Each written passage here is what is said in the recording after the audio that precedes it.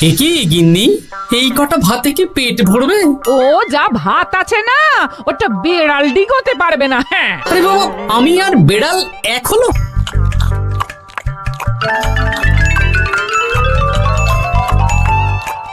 গিন্নি, পেটটা ভরেনি বুঝলে, তুমি আর এক হাঁড়ি ভাত বসাও। আমার জন্য 2 হাতা রাখা আছে, ওটাও খেয়ে নাও না। খাও, আমি আর ভাত বসাতে পারবো না। এখন উনুন ধরাও, আঁচ দাও, ভাত বসাও। আরে তোমারটা তুমি খেয়ে নাও না। তুমি তো জানো আমার এইটুকু খাবার পোষায় না। তারপর তুমি আজকে ওই ওলের ঝোলটা যা বানিয়েছিলে না, আহা, খাই খাই খাই খাই করে আমার জীবনটাও খেয়ে ফেললে গো। আরে বাবা, ভগবান এই পেট দিয়েছে কিসের জন্য? এত খাটাখাটনি, সবকিছুই তো এর জন্য নাকি? হ্যাঁ,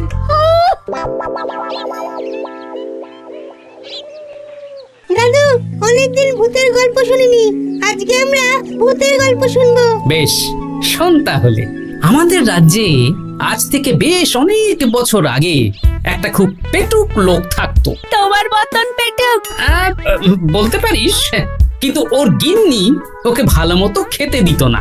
তাই একদিন না খেয়ে খেয়ে অক্কা পায় আর ভূত হয়ে এদিক সেদিক ঘুরতে থাকে। তারপর কি হলো দাদু? তারপর তো সে এক মজার ব্যাপার। ভূতকে ওর গিন্নি চোখে দেখতে পেত না, তাই সেই পেটুক ভূত কিছুদিন পর থেকে গিন্নির উপর হুজ্জুতি শুরু করলো। কিরকম হুজ্জুতি দাদু? গিন্নি যা রান্না করতো সব চুরি করে খেয়ে নিত। এই এসব উল্টো পাল্টা কথা বলে আমাকে ভয় দেখাতে পারবে না। হ্যাঁ, এই রে, তোরা চটপট খেয়ে নে, নইলে তোদের দাদু আবার ভাগ বসাবে রে। খা।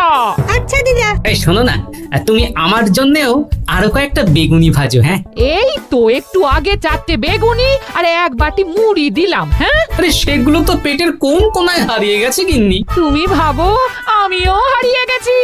বেশি খিদে পেলে নিজে রান্না করে খাও। আর সে তুমি না থাকলে আমি রান্না করেই খেতাম। দিদা, দাদু কিন্তু তোমাকে চলে যেতে বললো। কি বললে?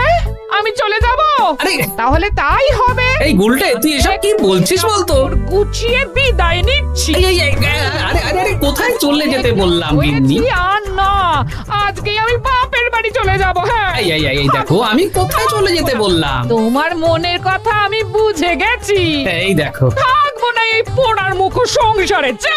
লক্ষ্মী সোনা রাগ করেছে। হাওয়া গরম আছে, চল এখান থেকে বেগুনি নিয়ে এখন কেটে পড়ি। এই সামান্য ব্যাপারে রাগ করার কি আছে বলো তো? এবার নিজের সংসার নিয়ে নিজে থাকো, সারাদিন শুধু খাই খাই আর খাই খাই। নাও এবার ঠেলা সামলাও। ভুল করেও আমাকে বাপের বাড়িতে ডাকতে যাবে না বলে দিচ্ছি। যদি যাও তাহলে আমার থেকে খারাপ কেউ হবে না, এই বলে দিলাম। ওগো, তুমি আমায় ছেড়ে চলে গেলে গো, এবার আমি কার কাছে বায়না করবো গো?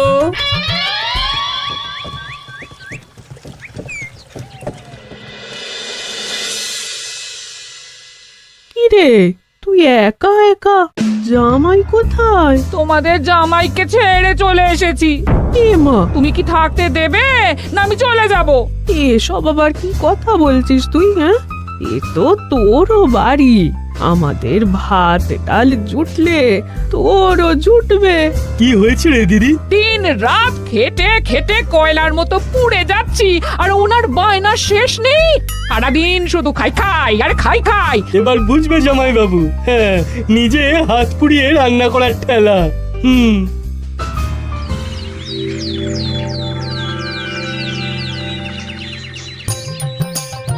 গোপাল দাদা, ও গোপাল দাদা, ও গোপাল দাদা, গোপাল দাদা, এ দরজা খোলো, মহারাজ ডাকছেন।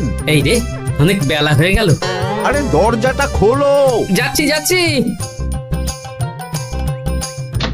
আরে আজকে তো গ্রামের সেচ প্রকল্প নিয়ে আলোচনা আছে, মহারাজ তাই তোমাকে ডাকছেন। মুখ হাত ধুয়ে যাচ্ছি।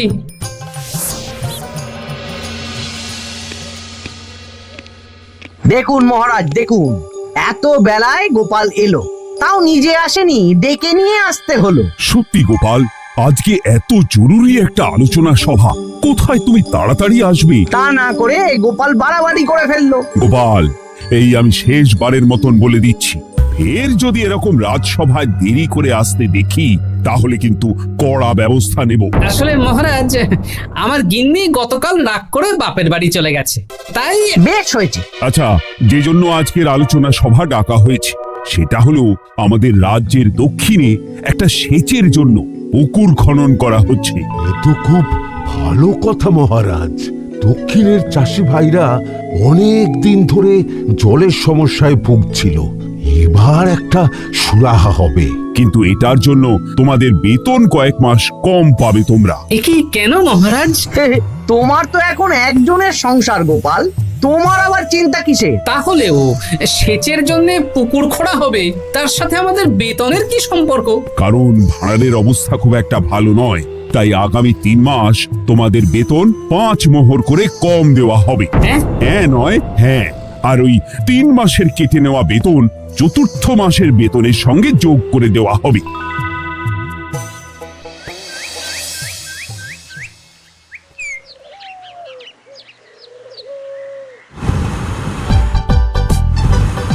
কি দাদু, এ তোমার চোখ মুখের কি অবস্থা? কালি ঝুলি মেখে ভূত। কি আর করবো বল, এসব কি আমার কাজ রে? কালকে ভূতের গল্প শোনাচ্ছিলে, আজকে নিজেই ভূত সেজে বসে আছো।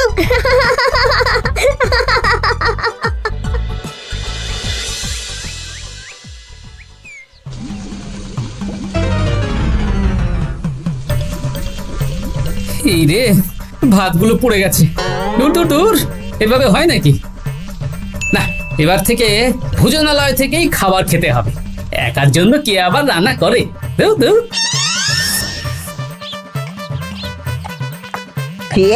গোপাল দাদা, তুমিও আমার মতন ভোজনালয়ে খাচ্ছ? আমার না হয় বাড়িতে রান্না করার কেউ নেই। আমারও নেই, যে ছিল সে ছেড়ে চলে গেছে। ভাই, আর একটু ভাত দেবে? গোপাল দাদা, ভাত আর হবে না গো, আরো কয়েকজন দৈনিক খদ্দের আসবে, তাদের জন্য রেখে দিয়েছি। তাহলে কি আর করা যাবে? একটু একটু ওই তরকারি একটা শাল পাতায় মুড়ে দে, বাড়িতে গিয়ে মুড়ি দিয়ে খাবো। আচ্ছা, তা দিচ্ছি। তুমি খাওয়া হয়ে গেলে হাত মুখ ধুয়ে নাও। আচ্ছা গোপাল দাদা, গিন্নিমা চলিয়ে গেল কেন? সে তোর গিন্নিমাকে গিয়ে জিজ্ঞেস কর। সে তো জিজ্ঞেস করতেই হবে, তোমার মতো একটা ভালো মানুষকে ছেড়ে চলিয়ে গেছে।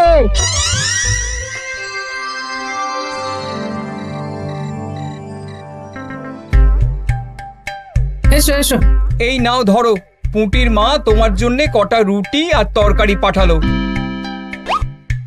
শুনলাম তুমি বাইরে ভোজনালয় খাচ্ছ। কি আর করবো বলো, একদিনই ঘর দুয়ারের একই অবস্থা করেছো গো গোপাল দাদা।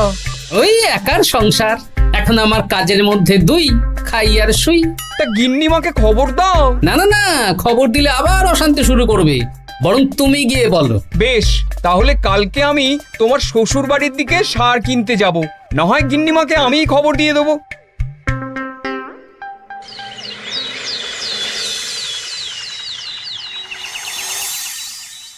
বাড়ি ঘর অগোছালো, তাতে আমি কি করতে পারি? হ্যাঁ, এখন আমি আর ওই বাড়িতে থাকি না। হ্যাঁ, শুধু তাই না, গোপাল দাদা বাইরে ভোজনালয়ে তেল মশলা দেওয়া উল্টো পাল্টা খাবার খাচ্ছে গো। থাক, আমাকে এসব কথা শোনাতে আসবে না পুটির বাবা।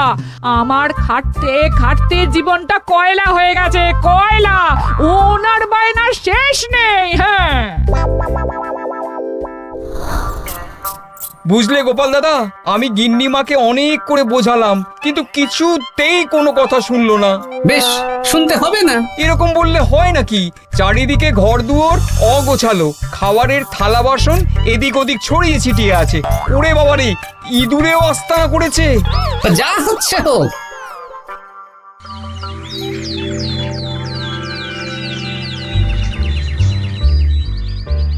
ভোলা, আটটা কচুরি দাও তো, ঝটপট খেয়ে রাজসভায় চলে যাব। এই নাও। ও গোপাল দাদা, শুনলাম নাকি গিন্নিমা বাড়ি ছেড়ে চলে গেছেন? হ্যাঁ, ঠিকই শুনেছো। তাই বাইরের খাবার খেয়ে কতদিন কাটাবে? এভাবে তো তোমার শরীর খারাপ করবে। ওই শরীরের নাম মহাশয়, যা সবে তাই সয়। রান্না বান্না করছো বাড়িতে? না, রান্না করার লোক নেই, আর আমার দ্বারা ওসব কালিঝুলি মাখাও সম্ভব না। দেখো গোপাল দাদা, এই রোজ রোজ বাইরের খাবার খাওয়া ভালো নয়। ভাবছি আরেকটা বিয়ে করব। হ্যাঁ, বলো কি? গিন্নিমা জানলে তো? জানলে জানো, ও তো এখন আর আমার কেউ নয়। গোপাল দাদা আরেকটা বিয়ে করবে? না না না না না, গিন্নিমাকে বলতেই হবে ব্যাপারটা।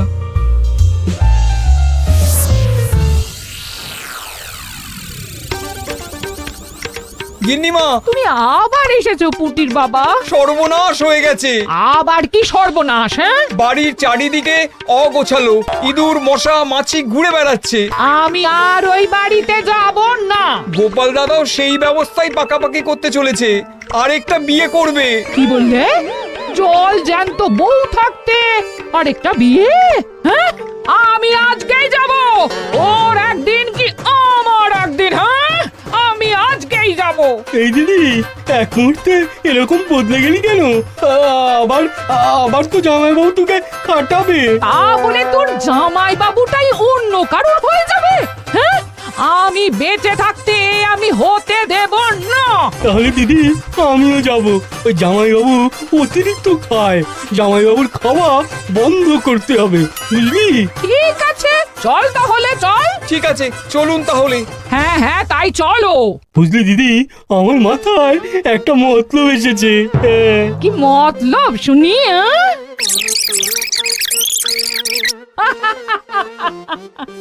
এই বেশ তো বেশ, এতে যদি তোর জামাই বাবুর অতিরিক্ত খাওয়া কমে তাহলে তো ভালোই কথা। হ্যাঁ, কিন্তু খুব সাবধান, গোপাল দাদার নজর কিন্তু বাজ পাখির নজর।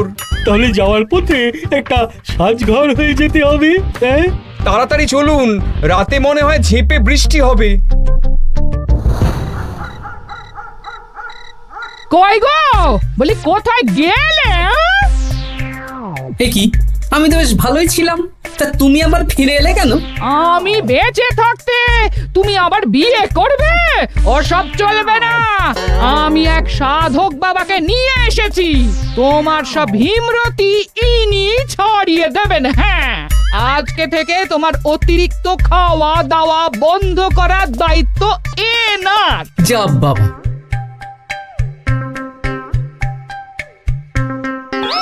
কি করেছো গো? হ্যাঁ, ঘর দুয়ার তো পুরো শ্মশান হয়ে গেছে গো। এখন আবার তোমার ঘর তুমি পরিষ্কার করো। সে করছি, তুমি যাও বাজার করে নিয়ে এসো।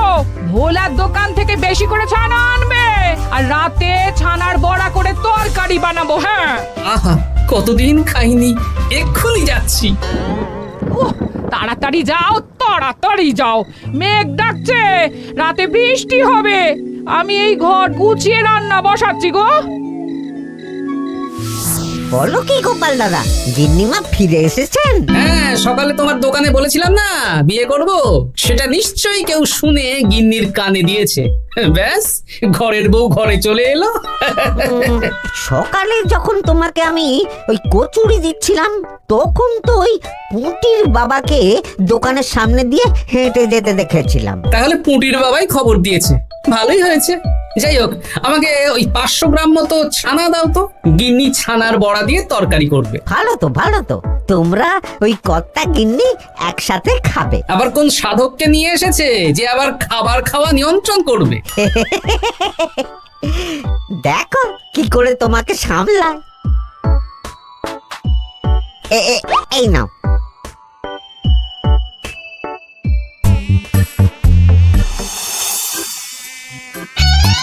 দেখি গিন্নি, আমার জন্য দুটো বড়া আর ওনার জন্য এতগুলো? বেশি খেলে তোমার চেহারা ঠিক হবে না বৎস, তোমাকে রোগা হতে হবে, তাই কম খেতে হবে, বুঝলে?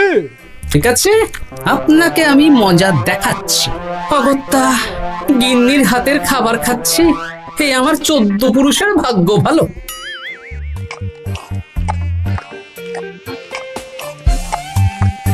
বাবা, আপনাকে আরেকটু তরকারি দিই বাবা?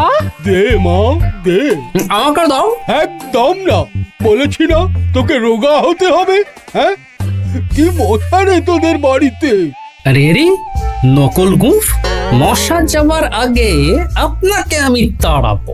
এই কদিন চারদিকে সব ছড়িয়ে ছিটিয়ে নোংরা করেছে, মশা মাছি এত তাড়াতাড়ি যাবে না। হ্যাঁ, আমার খাওয়া হয়ে গেছে, আমি উঠলাম, আপনি ভালো করে খান কেমন?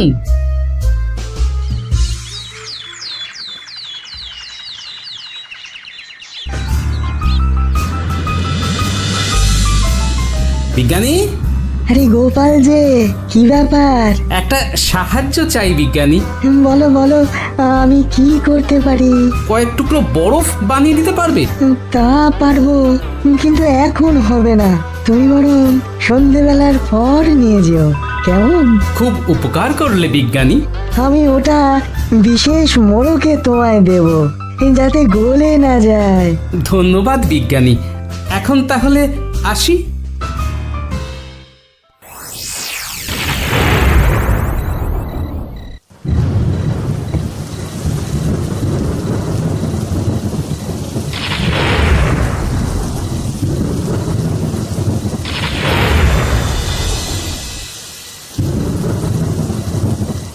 ভালো করেছিস বাবা, যা মশার উৎপাত, মশারি ছাড়া ঘুমোনো যাবে না। কথায় আছে সেবাই পরম ধর্ম, তাই একটু ধর্মকর্ম করছি আর কি।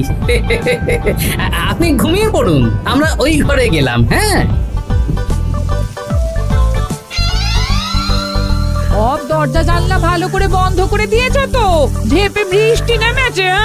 হ্যাঁ হ্যাঁ, কোনো চিন্তা নেই, তুমি ঘুমো। আজকে অনেক খাটনি হয়েছে গো। হ্যাঁ, জয় ঠাকুর।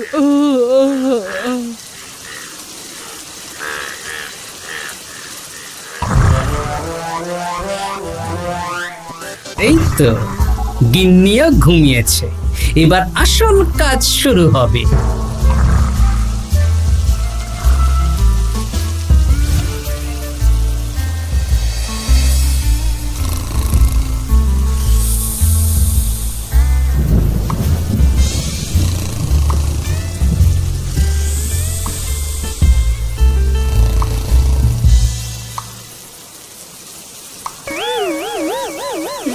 কি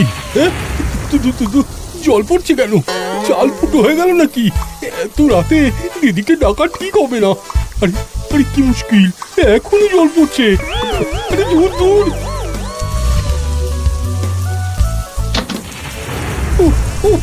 বাপ রে বাপ।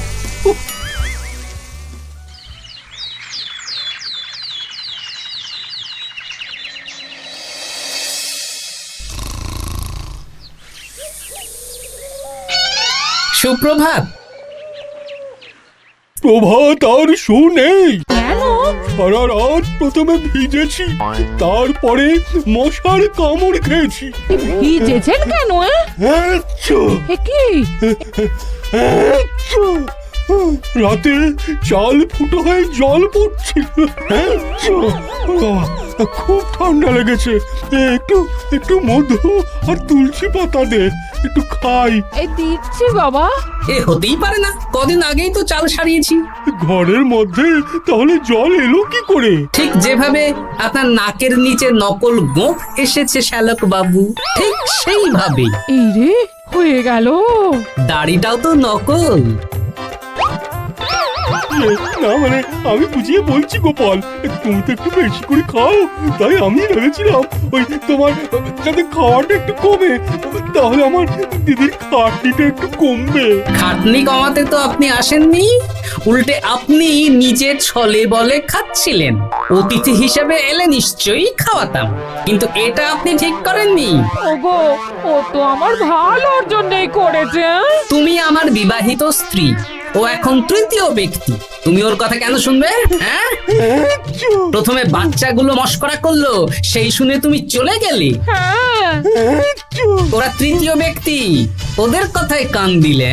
তারপর পুঁটির বাবার কথা শুনে বিশ্বাস করলে আমি সত্যি বিয়ে করছি। হ্যাঁ, এই জন্যই তো চলে এলাম। হ্যাঁ, এখানে পুঁটির বাবাও তৃতীয় ব্যক্তি, আর তারপর শ্যালক বাবুর কথায় আমাকে কম খেতে দিচ্ছ, আর উনিও তৃতীয় ব্যক্তি।